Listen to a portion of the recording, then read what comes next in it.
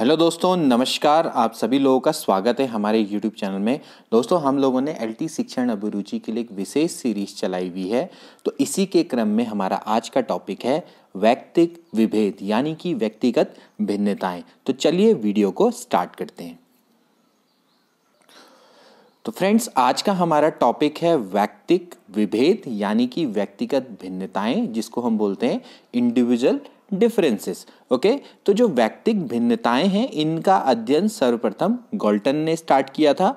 उन्होंने यह अध्ययन वैज्ञानिक रूप से किया था, साइंटिफिक अध्ययन थे उनके। तो काफ़ी इंपॉर्टेंट है, कभी ये क्वेश्चन आ सकता है कि जो वैयक्तिक भिन्नताएं हैं, इनका अध्ययन सर्वप्रथम किस ने किया था। तो गॉल्टन थे, इन्होंने इसको प्रारंभ किया था। दोस्तों, अगर हम वैयक्तिक भिन्नताएं की बात करें तो संपूर्ण जगत में कोई भी दो व्यक्ति पूर्णतः एक जैसे नहीं हो सकते हैं। उनमें कुछ ना कुछ भिन्नताएं अवश्य होती हैं। जैसे कि अगर जुड़वा बच्चे भी हैं तो वो सकल सूरत से तो एक जैसे हो सकते हैं, परंतु विचारों, बुद्धि, शारीरिक, मानसिक व संवेगात्मक विकास आदि सभी से वो भिन्न होते हैं। इस प्रकार की भिन्नताएं मनुष्य में नहीं अपितु जीव जंतुओं में भी पाई जाती हैं। तो इस प्रकार की जो भिन्नताएं वैयक्तिक भिन्नताएं ही कहलाती हैं। तो आपको बहुत सिंपल है, वैयक्तिक भिन्नताएं आपको अच्छे से समझ में आ गए होंगे। इसके अलावा यहाँ पर कुछ डेफिनेशंस हैं जो कि अगेन काफ़ी इंपॉर्टेंट हैं। तो एज इट इज़ कभी कभार आ जाती हैं। इसमें स्किनर की जो डेफिनेशन है वो ये कहते हैं कि जो वैयक्तिक भिन्नता से हमारा तात्पर्य व्यक्तित्व के उन सभी पहलू से हैं जिनका मापन और मूल्यांकन किया जा सकता है। तो इन्होंने वैयक्तिक भिन्नता को एक तरीके से व्यक्तित्व से जोड़ दिया। स्किनर ने इसको पर्सनालिटी से जोड़ दिया, ठीक है ना। इन्होंने बोला कि व्यक्तित्व के वो सभी पहलू जिनका हम मापन और मूल्यांकन कर सकते हैं, वही आपके इंडिविजुअल डिफरेंसेस कहलाते हैं। ओके, इसके बाद जो जेम्स ड्रेवर हैं, इन्होंने भी अपनी एक डेफिनेशन दी है। इसके बारे में भी देख लेते हैं। कोई व्यक्ति अपने समूह के शारीरिक तथा मानसिक गुणों के औसत से जितना भिन्नता रखता है, उसे हम वैयक्तिक भिन्नता कहते हैं। अब जो जेम्स ड्रेवर हैं, इनकी डेफिनेशन काफ़ी इंपॉर्टेंट है। कहने का मतलब यह है कि कोई व्यक्ति अपने समूह के शारीरिक और मानसिक गुणों के औसत से, यानी कि जो उसका एवरेज होगा, उससे वो जितनी भिन्नता रखता है, ठीक है। यानी कि कोई अगर ग्रुप है, अगर हमने देखा कि भाई उसका एवरेज आईक्यू इतना है, एवरेज आईक्यू मान लेते हैं, सपोज करो 90 है, तो उससे वो जितनी भिन्नता रखेगा, माना उसका आईक्यू 95 है, ठीक है ना। तो इस तरीके से जो हम कह सकते हैं कि भाई शारीरिक और मानसिक गुणों के औसत से जितनी वो भिन्नता रखेगा, उसको हम क्या बोलेंगे? वैयक्तिक भिन्नता बोलेंगे, ठीक है ना। देखिए दोस्तों, जो वैयक्तिक भिन्नताएं हैं ना, इसी के कारण एक व्यक्ति हजारों रुपए रोज कमा लेता है, जबकि दूसरा व्यक्ति कुछ रुपए भी कमाने में असमर्थ हो जाता है। क्यों? क्योंकि जो प्रत्येक व्यक्ति है, उसकी शारीरिक और मानसिक योग्यताएं समान नहीं होती हैं, वो अलग अलग होती हैं, ठीक है ना। इसीलिए वैयक्तिक भिन्नताओं का अध्ययन शिक्षा में किया जाना बहुत ज़्यादा आवश्यक हो जाता है, ठीक है। इसके बाद कुछ और टेक्निकल पॉइंट्स जिसको हम देखना जरूरी हो जाता है।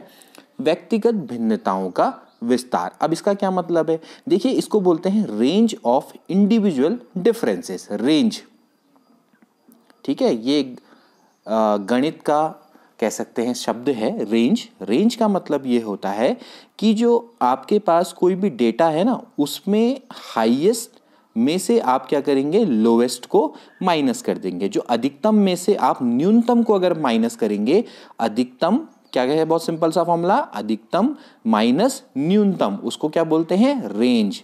आपको पता चल जाता है कि आपकी रेंज कितनी है। तो व्यक्तिगत भिन्नताओं का विस्तार क्या होगा बताइए? कि जो सर्वाधिक मात्रा में अच्छे कौशल वाले व्यक्ति और सबसे कम मात्रा में कौशल वाले व्यक्ति में कितना अंतर है, वही क्या कहलाएगी? रेंज कहलाएगी। जैसे कि अभी हमने पढ़ा, ठीक है ना। जैसे सपोज करो एक ऑफिस में 50 कर्मचारी हैं, ठीक है।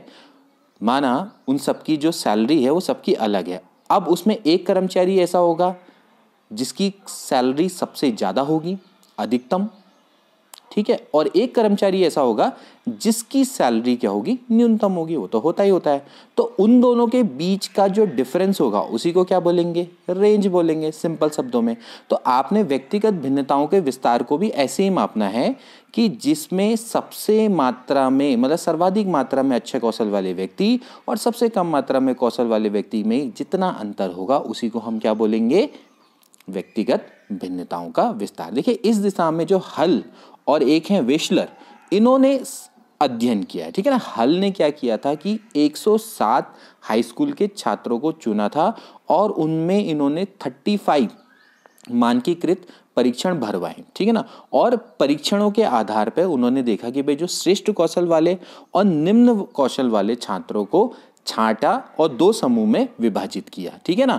तो वहां पर उन्होंने क्या किया, डिफरेंट उनको रेंज प्राप्त हुई, ठीक। इसी तरह से जो वेशलर थे उन्होंने भी ऐसे ही क्या की, रेंज प्राप्त करने की कोशिश की। उन्होंने भी मानकीकृत मानसिक परीक्षण का उपयोग किया, ठीक है ना, और उन्हें अनुपात मिला, मतलब जो रेंज है उनको प्राप्त हो गई, ठीक है ना। तो ये एक तरीके से जो इस पर जो काम है वो किसने किया, हल और वेशलर ने इस पे काम किया, ठीक है। बहुत सिंपल है। इसके बाद व्यक्तिक भिन्नता के प्रकार या क्षेत्र, यानी द काइंड्स और एरिया ऑफ इंडिविजुअल डिफरेंसेस। देखिए व्यक्ति के जीवन में भिन्न भिन्न क्षेत्रों में व्यक्तिगत भिन्नता पाई जाती है। तो कहाँ कहाँ पाई जाती है जरा देख लेते हैं। सबसे पहला क्या होता है, शारीरिक विकास। देखिए दोस्तों, अगर हम बात करें शारीरिक विकास की यानी कि फिजिकल डेवलपमेंट की, तो भाई ये विभिन्नता में एक ऐसी विभिन्नता है जिसका प्रत्येक व्यक्ति स्पष्ट रूप से प्रत्यक्षण कर सकता है, यानी कि आप इसको स्पष्ट प्रत्यक्ष रूप से देख सकते हैं कि लोग कैसे शारीरिक रूप से डिफरेंट होते हैं, ठीक है ना। इसमें आपको कोई विशेष उपकरण या विशेष प्रशिक्षण की जरूरत नहीं होती। एक ही उम्र के बालक होते हैं, वो शारीरिक विकास और परिपक्वता की दृष्टि से अलग अंतर, यानी उनमें साफ साफ अंतर दिखाई देता है। तो शिक्षक गण को आप क्या करना चाहिए, इस तरह के ज्ञान का विशेष फायदा उठा के वो अपने शिक्षण को प्रभावशाली बना सकते हैं। अब कैसे बनाएंगे, अब आपको आगे बताएंगे। इसके बाद आता है मानसिक विकास। देखिए मेंटल डेवलपमेंट। अब व्यक्तिक भिन्नता का जो दूसरा क्षेत्र है दोस्तों वो क्या है, मानसिक विकास। इसमें 2 मनोवैज्ञानिक हैं, एक है फ्रीमैन और एक है फ्लोरी। फ्रीमैन एंड फ्लोरी, इन 2 नामों को आप ध्यान में रखेंगे। तो इनके अध्ययन से स्पष्ट हुआ कि स्कूल के छात्रों की बुद्धि का मापन करने में उनमें सामान्यता की भिन्नता पाई जाती है, यानी कि इसको बोलते हैं डिफरेंस ऑफ नॉर्मेलिटी, ठीक है ना। डिफरेंस ऑफ नॉर्मेलिटी इनमें पाई जाती है। कुछ ऐसे बच्चे होते हैं जो तेज बुद्धि के होते हैं, अर्थात उनका जो IQ होता है वो 120 के पार होता है, ऐसा माना जाता है ना भाई, प्रतिभाशाली छात्र 120 या उससे ऊपर होता है। और इसी ढंग से कुछ ऐसे व्यक्ति होते हैं जो क्या होते हैं, मंद बुद्धि के, अर्थात उनकी बुद्धि का स्तर क्या होता है, 90 से नीचे होता है, ठीक है ना। और अधिकतर छात्र जो होते हैं उनका जो IQ लेवल है वो 100 से 110 के बीच में होता है, ठीक है। तो 120 से ऊपर वाले ऑफ कोर्स वो क्या होंगे, तेज बुद्धि के छात्र होंगे, और 90 से नीचे वाले मंद बुद्धि के छात्र होते हैं। जबकि ज़्यादातर जो छात्र हैं वो 100 से 110 के IQ के बीच में पाए जाते हैं। तो यहाँ पर भी देखिए अंतर आ गया ना मानसिक विकास की दृष्टि से। इसके बाद आता है सांवेगिक विभिन्नता, यानी कि इमोशनल डिफरेंसेस, ठीक है ना। अब बालकों में सांवेगिक विभिन्नता भी पाई जाती है, ठीक है ना। कुछ बालक ऐसे होते हैं जो बहुत क्रोधी होते हैं, ठीक है। कुछ बालक बहुत डरपोक होते हैं, ठीक। कुछ ऐसे होते हैं कि जो बहुत ज़्यादा हंसमुख रहते हैं ना। तो कुछों में क्या होता है कि जैसे क्रोध है, भय है, ऐसा संवेग अधिक होता है, और कुछ बालकों में इस तरह के संवेगों की कमी पाई जाती है। कुछ बालक में क्या होता है, कुछ स्नेह, प्यार, ऐसे संवेगों की प्रधानता होती है। कुछ बालकों में सहानुभूति ज़्यादा रहती है, ठीक है ना। और कुछ बालक ऐसे होते हैं जो जैसे कहते हैं ना भलाई का भाव, उनमें उसकी प्रधानता ज़्यादा। तो कहने का मतलब है कि संवेगों में भी उनमें भिन्नता पाई जाती है। इसके बाद अगला आता है उपलब्धियों में अंतर। अब इसका क्या मतलब है, देखिए उपलब्धियों में अंतर का मतलब यह है कि जो बालक या छात्र हैं उनकी उपलब्धियों में भी कई तरह की विभिन्नताएं पाई जाती हैं। एक ही उम्र एक ही बुद्धि एवं एक ही कक्षा में पढ़ने वाले जो छात्र हैं उनकी शैक्षिक उपलब्धियां हमेशा समान नहीं होती हैं। कुछ ऐसे छात्र हैं जिनकी शैक्षिक उपलब्धियां बहुत ज़्यादा होती हैं और कुछ ऐसे छात्र हैं जिनकी शैक्षिक उपलब्धियां काफ़ी कम होती हैं। तो ऐसे जो छात्र हैं इनकी उपलब्धियों में अंतर जनरली आता कैसे है? उनके अभिरुचि, प्रेरणा और अभ्यास के कारण, क्योंकि उनके अभ्यास में अंतर होता है, उनकी मोटिवेशन जो कि अभी हमने डिस्कस किया था, और उनकी अभिरुचि, रुचि, अभिरुचि, एप्टीट्यूड, इंटरेस्ट, इनमें जो अंतर होता है उनका, इसके कारण उनकी उपलब्धियों में भी डेफिनेटली यानी कि शैक्षिक उपलब्धियों में भी अंतर आता है। ठीक है ना। इसके बाद आता है भाषा विकास। देखिए भाषा विकास बिल्कुल, क्योंकि जो बालकों में जो व्यक्तिक विभिन्नता है भाषा विकास के क्षेत्र में तो पाई ही जाती है। ठीक है ना। क्यों? क्योंकि जो समान उम्र के बालक हैं उनमें भाषा का डेवलपमेंट एक साथ नहीं हो पाता। कुछ बालक क्या होते हैं जिनमें लिखने, बोलने और समझने की शक्ति बहुत अधिक होती है, वो तो बहुत ईजिली अपनी लैंग्वेज को डेवलप कर जाते हैं, लेकिन क्या होती है कुछ में ऐसी जो शक्ति होती है यानी कि लिखने, बोलने, समझने की क्षमता होती है काफ़ी कम होती है, तो उनमें भाषा का विकास नहीं हो पाता। तो कहने का मतलब है वहीं पर क्या हो जाता है, इंडिविजुअल डिफरेंसेस आ जाते हैं। तो इसका कारण क्या है कि जो समान उम्र और बुद्धि के जो बालक हैं इसी कारण से उनकी शैक्षिक उपलब्धि में भी अंतर आता है, भाषा विकास में भी अंतर आता है और अंततः उनकी इंडिविजुअलिटी में भी डिफरेंसेस आ जाते हैं। ठीक है।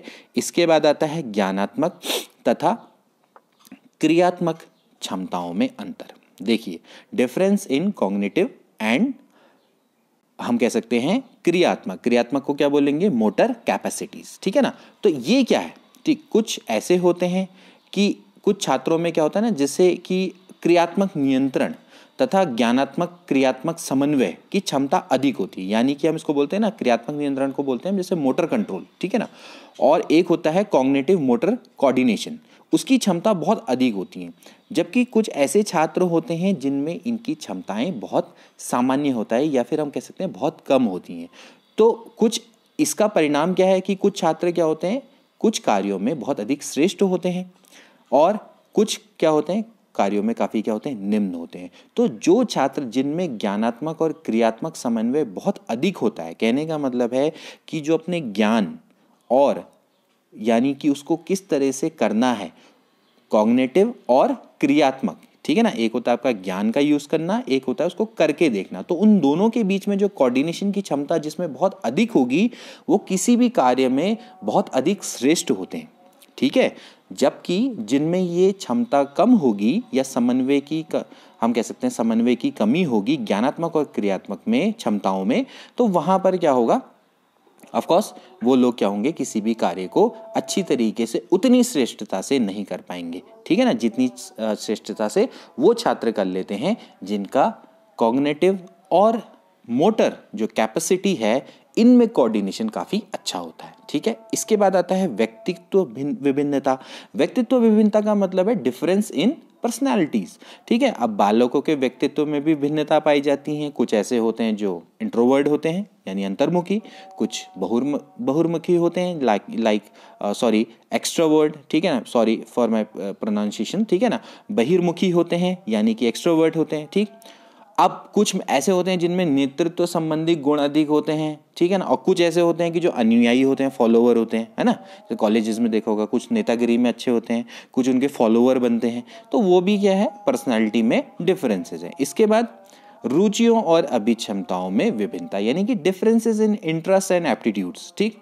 तो उसमें भी क्या होता है, अंतर होता है। कुछ में क्या होता है कि जैसे हम कहते हैं ना अभिक्षमता, जैसे अभिक्षमता को भी हम कह सकते हैं जैसे कि किसी में क्या होता है ना मैकेनिकल एप्टीट्यूड बहुत अच्छा होता है। ठीक है ना, कुछों में न्यूमेरिकल यानी कि संख्यात्मक अभिक्षमता बहुत अच्छी होती है, कुछ गणित में बहुत अच्छे होते हैं, कुछ आपके क्या होते हैं जैसे यांत्रिक अभिक्षमता है, जैसे लाइक फिजिक्स और इसमें जो काम होते हैं ना उसमें बहुत अच्छे होते हैं। ठीक। तो ऐसी क्योंकि उनके एप्टीट्यूड और इंटरेस्ट में भी अंतर है, तो इस कारण से उनकी जो इंडिविजुअलिटी है उसमें भी क्या है, डिफरेंसेस होते हैं। ठीक है ना। तो इस तरह के छात्रों में भी विभिन्न क्षमता, अभिक्षमता और रुचियों के कारण भी क्या होता है, व्यक्तिगत डिफरेंसेस आ जाते हैं। ठीक है ना। इसके अलावा एक पॉइंट और भी है जैसे कि सामाजिकता।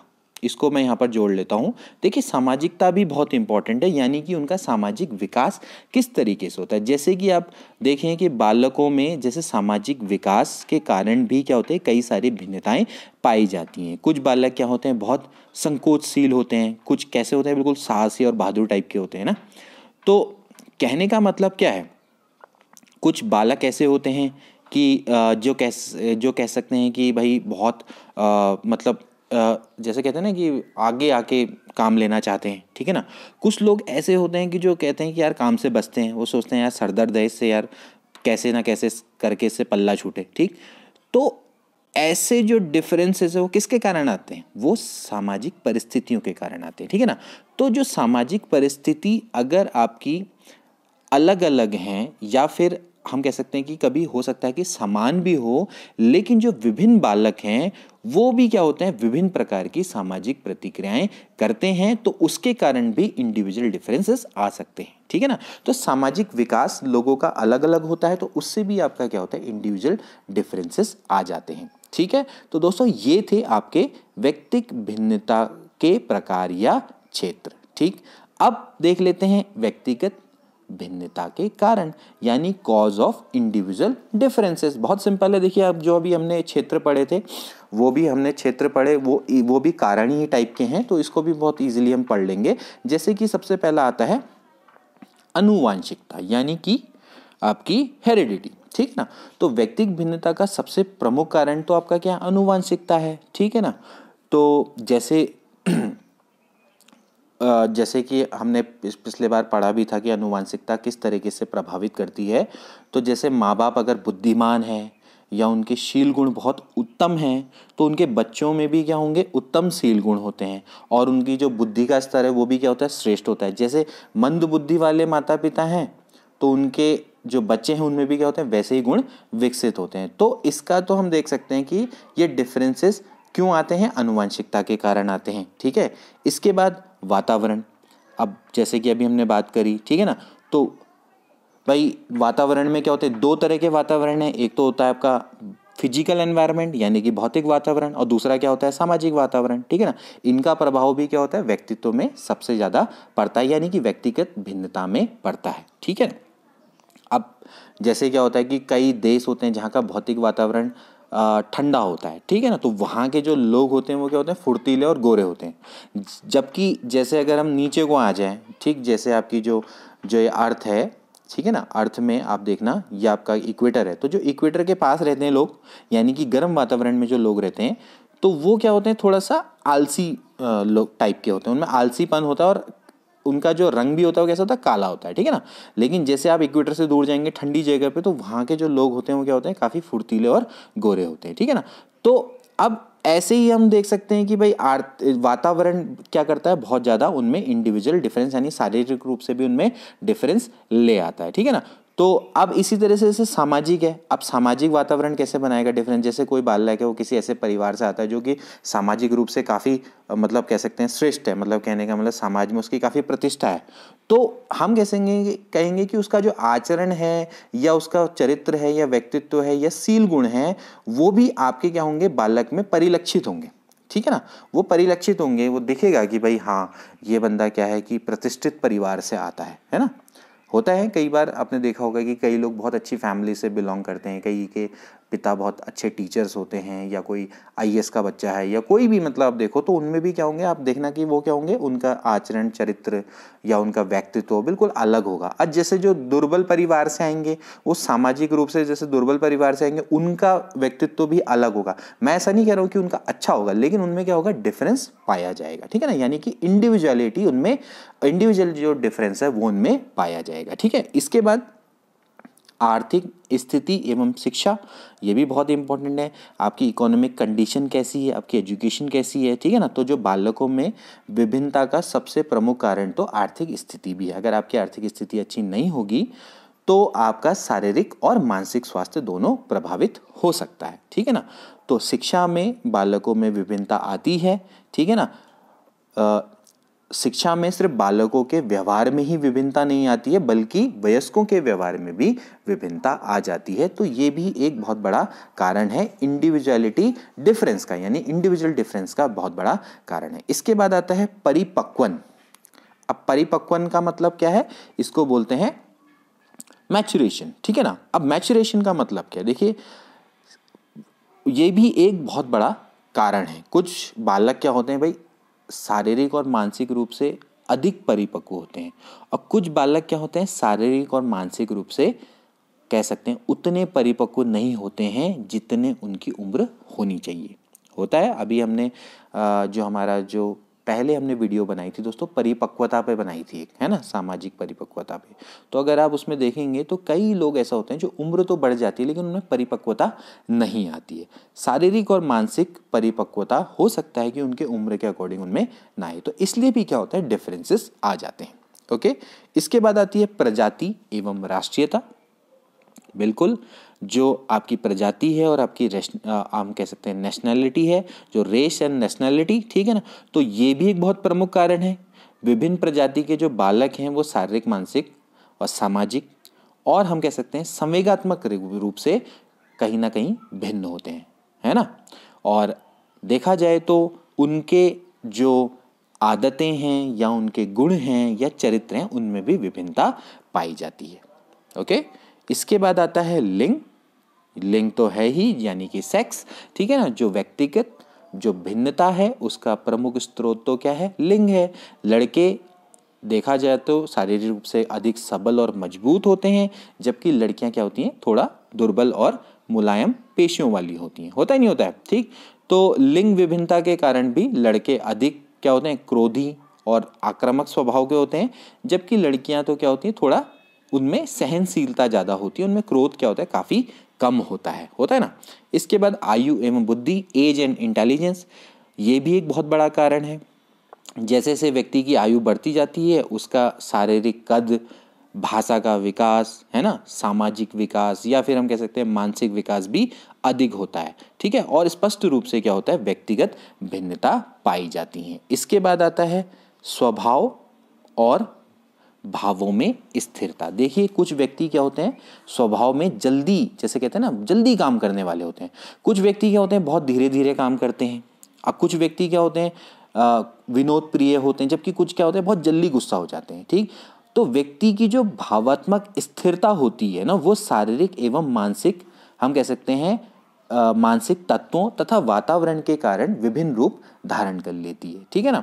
तो एक तरीके से हम कह सकते हैं कि जो भावात्मक जो स्थिरता होती है ये भी व्यक्तिगत भिन्नता का प्रमुख कारण में से एक है। इसके बाद गत्यात्मक योग्यताओं में विभिन्नता। कुछ व्यक्ति किसी कार्य को अधिक कुशलता के संग कर लेते हैं, कुछ कम कुशलता के संग करते हैं, तो इस कारण उनमें भी क्या होती है, गत्यात्मक योग्यताओं की विभिन्नता पाई जाती है। तो ये हैं दोस्तों व्यक्तिगत भिन्नताओं के कारण, ठीक है। अब इसके बाद आता है अगला, व्यक्तिगत भिन्नता के अध्ययन की विधियां या हम इसका मापन कैसे कर सकते हैं, ठीक है ना। तो जो मनोवैज्ञानिक हैं उन्होंने व्यक्तिगत भिन्नता के अध्ययन करने के लिए कई विधियों का प्रतिपादन किया है। तो इसमें सबसे इम्पॉर्टेंट है दोस्तों, पहला आता है आपका कुछ यहाँ पर हमने लिखे हैं जो विधियां और मापन है जो कि काफ़ी इंपॉर्टेंट है, इसको हम एक एक करके देख लेते हैं। तो इसमें सबसे पहला आता है आपका दोस्तों रुचि परीक्षण, यानी कि आपके जो इंटरेस्ट टेस्ट होते हैं, ठीक है ना। तो रुचि के आधार पर ही जो क्या होता है, बालक की विभिन्नताओं का अध्ययन हम आसानी से कर सकते हैं, ठीक है ना। तो अब आप देखिए जो इंटरेस्ट के अगर आप ध्यान में देखा जाए तो बालकों में काफ़ी विभिन्नताएं पाई जाती हैं, ठीक है ना। कुछ बालकों की जो रुचि होती है कुछ खास विषयों में अधिक होती है और कुछ अन्य विषयों में वो थोड़ा रुचि कम लेते हैं ना। कुछों की मैथ्स में बहुत रुचि होती है, किसी की मैथ्स में रुचि नहीं होती, किसी की इंग्लिश में ज़्यादा रुचि होती है। तो इसलिए जो रुचि परीक्षण होते हैं ये भी इंडिविजुअल डिफरेंस को मेज़र किया जा सकता है इनकी मदद से। इसके बाद आता है उपलब्धि परीक्षण, अचीवमेंट टेस्ट। तो ये भी एक बहुत इंपॉर्टेंट है कि एक आप इंडिविजुअल डिफरेंसेस निकालने तो आप क्या करिए, बस उपलब्धि परीक्षण दे लीजिए। तो उपलब्धि परीक्षण में खासकर क्या होता है, शैक्षिक उपलब्धि होती है। तो शैक्षिक उपलब्धि अगर हम मापें तो उससे हम आसानी से व्यक्तिगत विभिन्नता का मात्रा का हम आसानी से अंदाजा लगा सकते हैं, ठीक है। इसके अलावा आता है व्यक्तित्व परीक्षण, पर्सनालिटी टेस्ट। तो जो छात्र के व्यक्तित्व हैं, ठीक, उनमें भी क्या होती है, बहुत विभिन्नताएं होती हैं। तो इसके आधार पर तरह तरह के व्यक्तित्व परीक्षण हैं, उनके आधार पर भी हम इनके डिफरेंसेस का पता लगा सकते हैं। इसके बाद आते हैं संवेग परीक्षण यानी कि टेस्ट ऑफ इमोशंस। बालकों की व्यक्तिगत विभिन्नता का अध्ययन संवेग परीक्षण के आधार पर भी हम कर सकते हैं, ठीक है ना।